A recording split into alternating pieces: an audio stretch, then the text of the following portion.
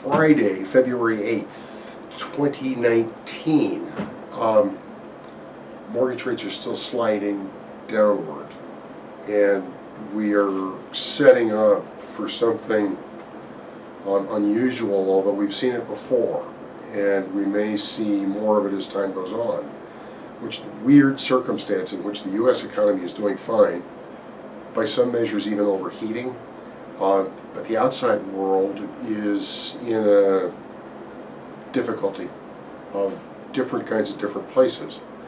And one way that the pattern presents is the stock market here, even though the economy is good, has a hard time because 45% of U.S. stock market earnings are derived overseas. Now that's despite a U.S. economy which is not dependent on exports. Our export volume is, even though we're now a net exporter of energy, our exports are single digits of GDP. Germany is over 50% exports, for comparison. So stock's shaky because of earnings derived overseas. The potential overheating here that could produce inflation pressures, which would cause the Fed to raise interest rates, inflation pressures are suppressed by overseas. And we can wind up in a weird circumstance where, despite a strong economy, our rates go down. Now, some of that is predicting the past. Our rates already are down. Mortgage rates are down at least 0.5%, maybe a little more than that since December. In a world of relativity, some of that is because they were too high in December. But all of that is expectations about the future of the Fed. And the Fed now definitively is not just pausing in a series of hikes. The Fed is off the table. The Fed is standing down until it gets a better idea of what's going on, which is a smart thing for it to do. That's what Janet Yellen did during her term before Chair Powell took over. Everybody likes Powell. His experience is terrific. He's got a fine mind, but he's struggling in the chair. And Yellen actually came out and spoke this week. And it's a little odd. It's not a little odd. It's never happened before to have the prior Fed chairman come out to speak to clarify policy, which the sitting chair has fumbled, but she did, and others have as well. So clear off the table. Maybe not just until summer, but clear into fall or later. The Fed's out of the game.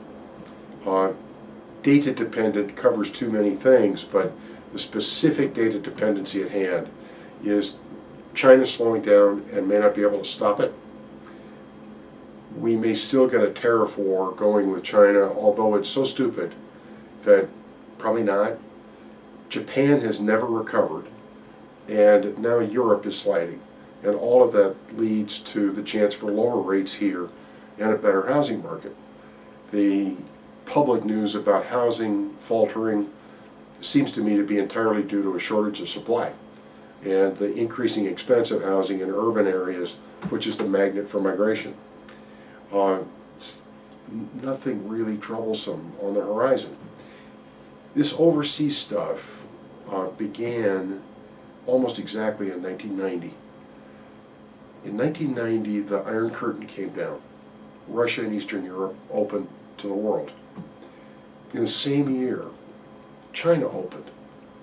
It was Deng Xiaoping's work.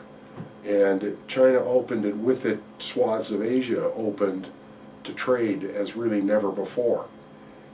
Within roughly 3 years after 1990, we all got our first email addresses. Our pagers went away.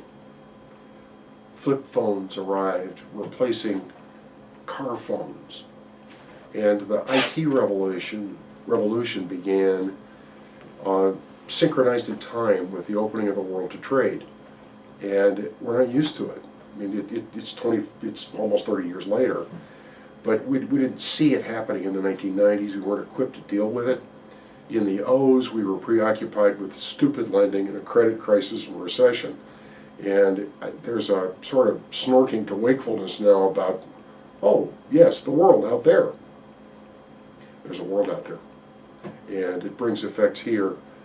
And our economy is so resilient and so adaptable. Our economy is more adaptable than any other economy in the world, and we are reaping those fruits. Terrible thing. February, good news. Have a good weekend.